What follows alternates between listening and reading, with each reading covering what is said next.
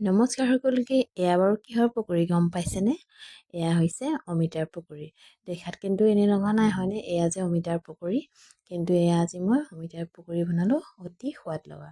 যদি আপোনালোকে খোৱা নাই এনেধৰণৰ পকৰি, তেতিয়াহ'লে বহুত মিছ কৰি আছে। কিন্তু আজিয়ে বনাই খাওক এনেধৰণৰ অমিতাৰ পকৰি।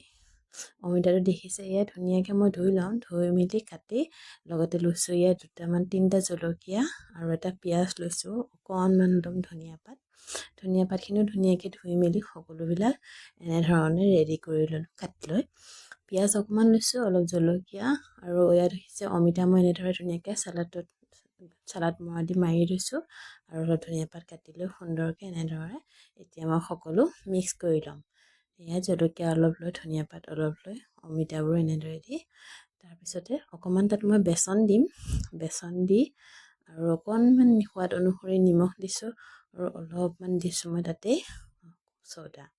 এতিয়া ধুনীয়াকৈ ঘোলটো তৈয়াৰ কৰি এটা এটাকৈ পকৰি বনাই লওক আৰু খাই যাওক। এবাৰ খাই চাব আৰু খাই পেলাই ক'বচোন কেনেকুৱা হৈছে, কমেণ্ট কৰি জনাব দেই। এয়া আমাৰ আজি পকৰি মই বনাবলৈ লৈ লৈছোঁ। ধৰা সৰু সৰুকৈ এটা এটাকৈ দি ল'ম। কেৰাহীখন যিহেতু মই আলু ভাজিছিলোঁ, অকণমান লেতেৰা হোৱাৰ দৰে হৈ আছে। এয়া পকৰি এনেদৰে দি দিলোঁ। আমাৰ ৰেডি হৈ গ'ল আজিৰ পকৰি। কেনে পালে এবাৰ জনাবচোন দেই। আজিলৈ আহিছোঁ, বাই বাই।